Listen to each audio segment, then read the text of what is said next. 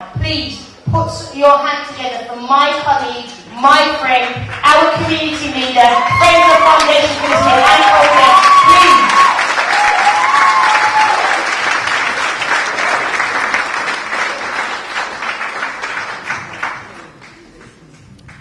Can you hear me okay? Okay, thank you very much, Audrey, for a warm introduction. By the way, I'm not a community leader. I just want you to know that. I'm just a coordinator for Friends of Fondation Felicite. And I want to say a big thank you to Alvin. I would say Alvin for such a wonderful, wonderful performance. I feel just like Audrey did. Every hair on the back of my neck was standing up. Okay, can we start the presentation? Okay. As I talked to you for around 15 minutes or so, we put together a slideshow that showed you some images of Haiti.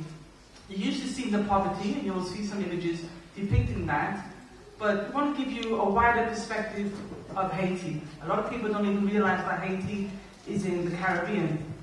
But we put together this slideshow, so as I speak, you'll get a sense of Haiti and who the people of Haiti are, and you'll get to see how we are all linked, we are all family. Let me just start by asking you all a question. What does Martin Luther King and the island of Haiti have in common? What do you think these two have in common? Anybody? No? Sorry? Martin Luther King went there. Okay.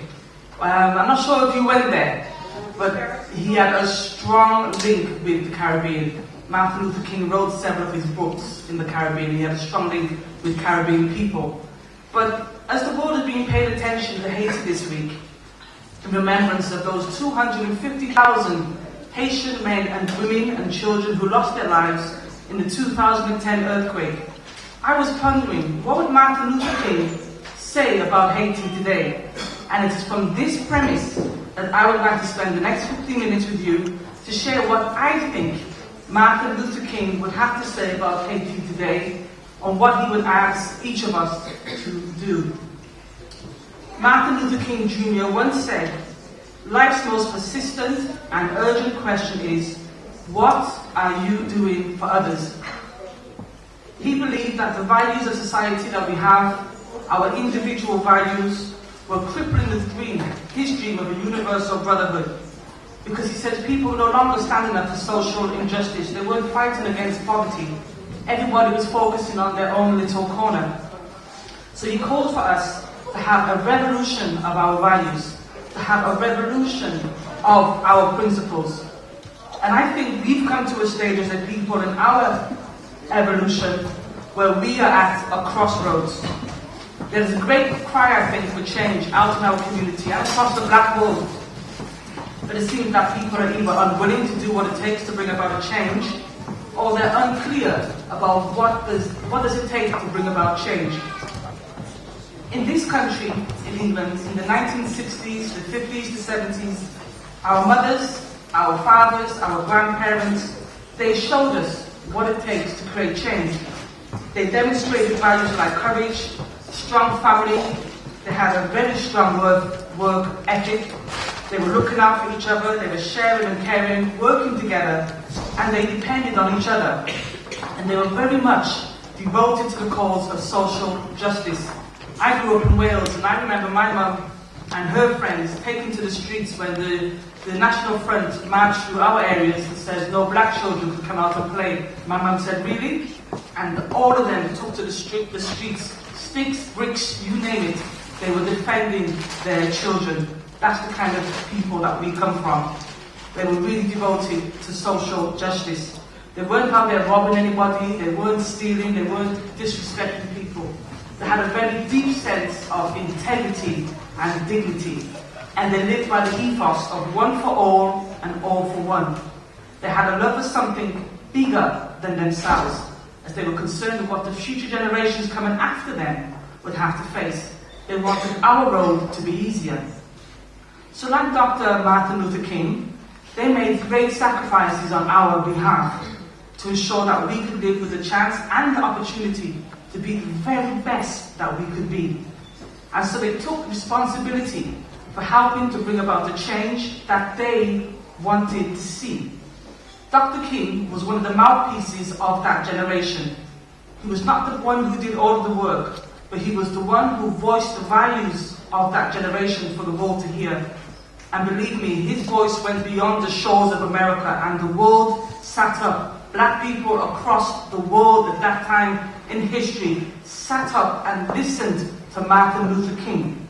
And they were all joined in a common fight against oppression.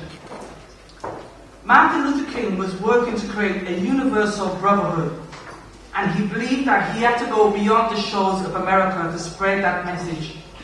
He appealed to our people wherever they were, and he focused on the things that we had in common. He went to Jamaica in 1965. He didn't focus on the differences he found there. He didn't focus on, oh, you eat different food from us, or you're praying to a different God from us. No.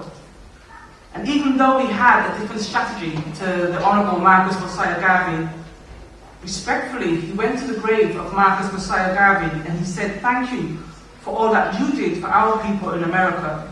Thank you for giving us a sense of dignity, a sense of personhood, a sense of manhood, a sense of somebodyness. He said, I've never felt more at home anywhere in the world than when I'm in Jamaica. When I'm in Jamaica, I feel like a human being.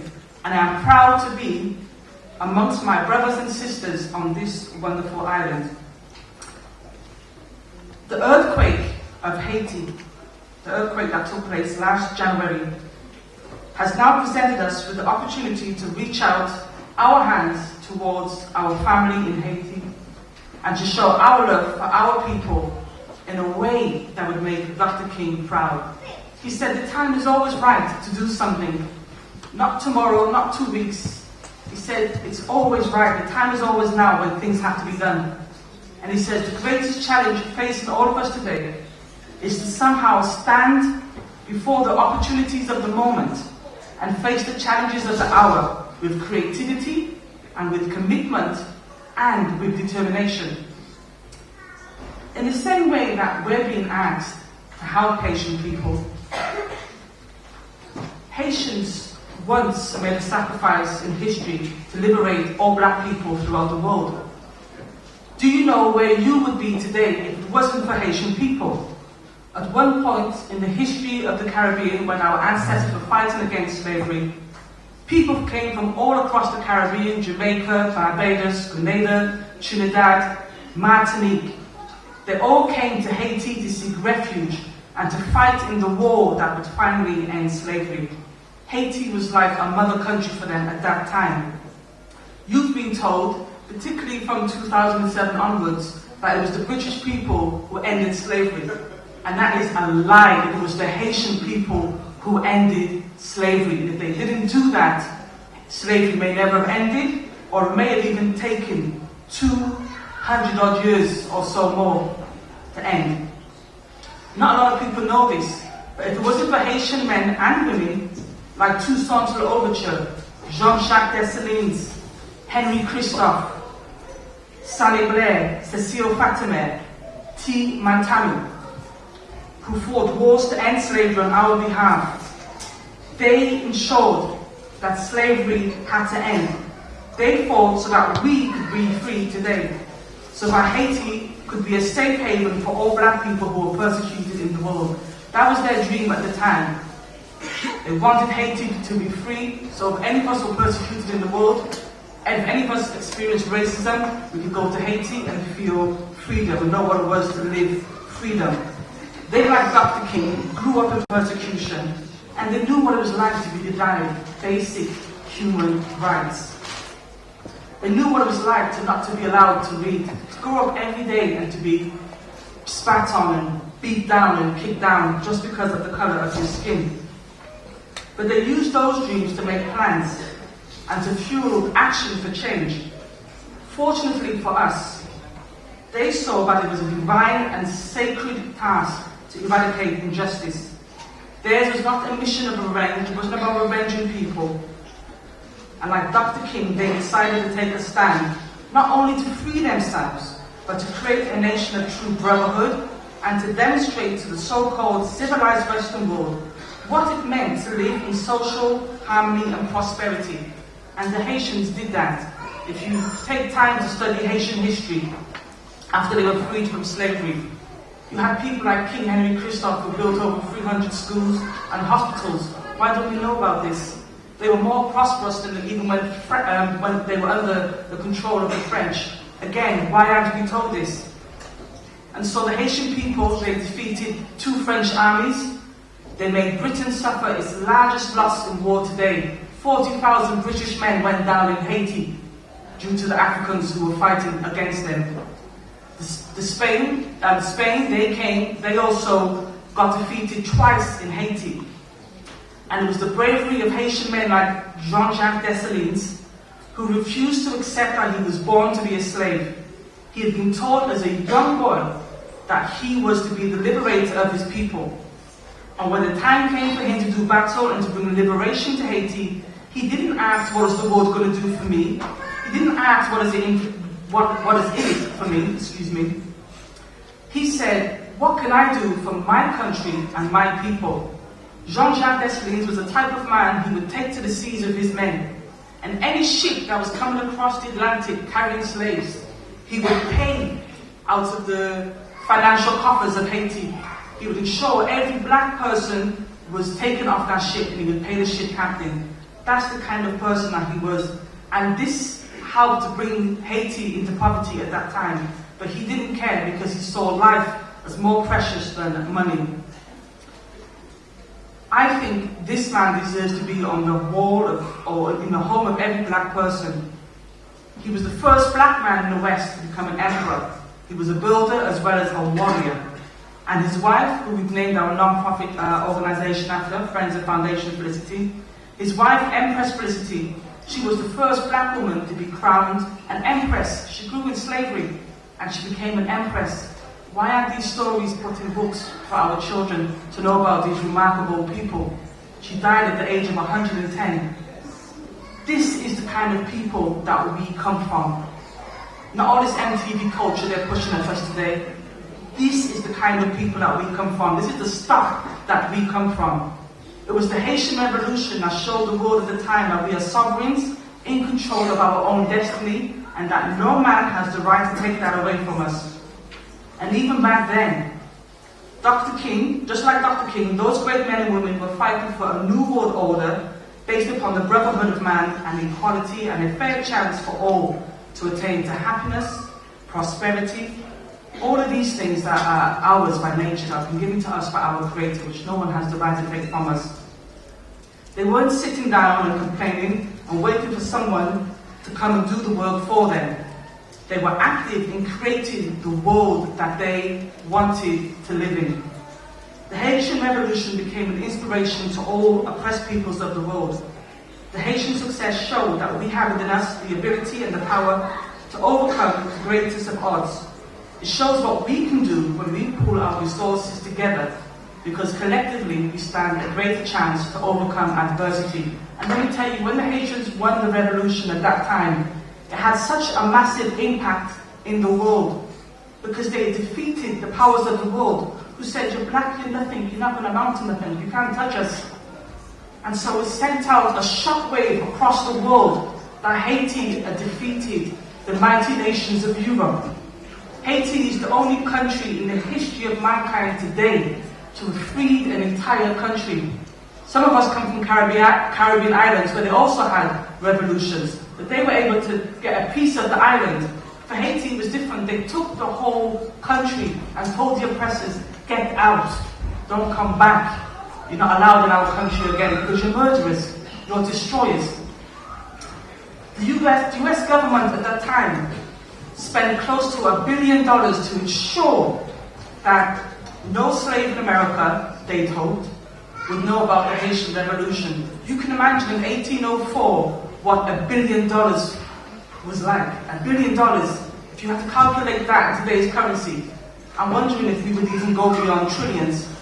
But the US government at the time has actually stated in official documents that no black person in the world must ever, today or in future generations to come, they must never look up to Haiti and see it as the symbol of pride that it had become for black people all over the world. They said we have to make these people disrespect Haiti and hate Haiti.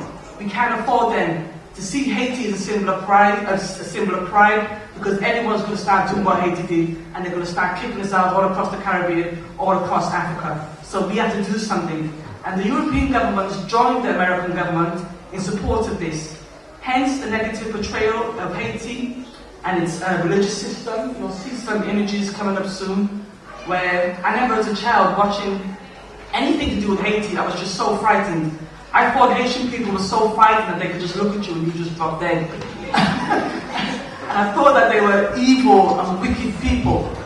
But that shows you that that £1 billion that was spent then was working its way through the generations to ensure that none of us would have any respect for Haiti whatsoever. But you'll see some of the films like James Bond, Live and Let Die, where you had, I think the guy's name was Baron Samadi. And if you remember those kind of characters and the effect they had on us when we were younger. We remember people like Dr. King today because history does not remember those who sit down and do nothing. And that's the fact. If you study history, you're not remembering those who didn't do anything. You're always remembering the people who did something, whether they were good or bad. But that's the way our history is recorded. It always remembers those who take action to make the world a better place. We come from a line of people that took drastic action to be free. And they paid a heavy, heavy price. We're not paying that price today because we live in the UK with a certain relative kind of freedom. Yet in Haiti, they were made to pay the price. The country has been invaded over and over and over. When America invaded it in 1915 and left in 1934, they took every piece of gold out of Haiti. I've been to Haiti. Haiti is such a rich country.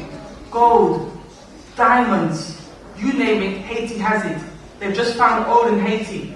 The largest they say it's the fourth largest oil reserve in the world.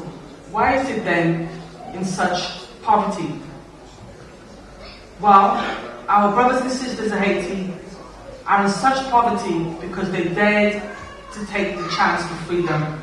They've been made to pay the price ever since. I think the least that we could do is to help to finish the work of those great leaders in the quest for justice, togetherness, prosperity, freedom and equality, and I'm sure you could add more as well. And that is why King was asking us to have a revolution of values. He says, be kinder and more loving, be more helpful and supportive of each other. If you see your brothers and sisters suffering anywhere in the world, reach out to them and do something to help them, because we are all one family. The life of Martin Luther King impacted us all, and his legacy was a great rallying point for our parents and grandparents. Martin Luther King was a source of inspiration for his generation. He did so much for us, and we're still benefiting from what he did back in the 60s. Well, if he did so much for us, then imagine what we can do today for Haiti and the generations to come. And I just want to close with a quote from Martin Luther King. I really want you to get to see some of the rest of the slideshow. So I'm not sure those guys are sleeping up there, but it's not to be. It doesn't seem like it's to be. So my apologies on behalf of the drums. As Dr. King said, a true revolution of values will soon cause us to question the fairness and justice of many of our past and present policies. On the one hand, we're called to play the Good Samaritan on life's roadside, but that will only be an initial act. One day, we must come to see that the whole Jericho Road must be transformed, so that men and women will not be constantly robbed and beaten as they make their journey on life's highway. True compassion is more than flinging a coin to a beggar. It is not haphazard and superficial. It comes to see that an edifice which produces beggars needs restructuring. A true revolution of values will soon look uneasily on the glaring contrast of poverty and wealth. So, on Martin Luther King's birthday today, please let us remember our family in Haiti. When I was watching the earthquake last year, they were due to have the celebration of Martin Luther King's birthday that week, and a lot of them took down to Haiti. and joined Wycliffe to see what they could do. And when I asked why have you not celebrating Martin Luther King Day in America, they said because we're doing what King would have done, we're going to Haiti to help our brothers and sisters. So I'm asking you, please help them with your donations. We're an organisation, we're not like some of the big charities out there, you don't know where your money's going. Whatever you give us, whatever you donate to Haiti goes straight to Haiti. We can show you our accounts.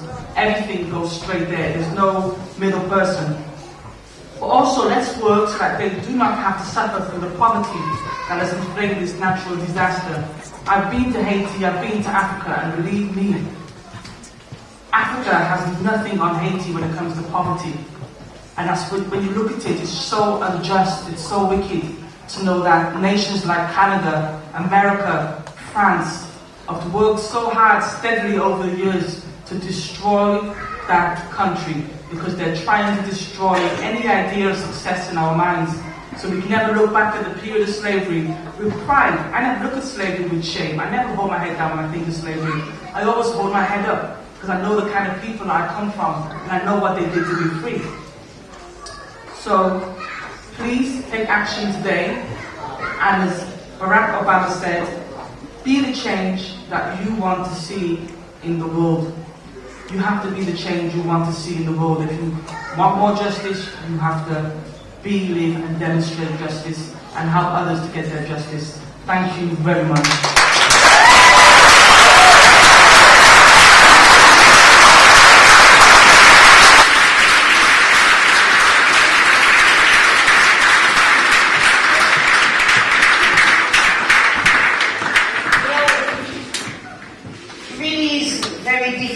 Follow something like that. I look at Ankhobia as a sister, and I look at her as someone that inspires me always to research my history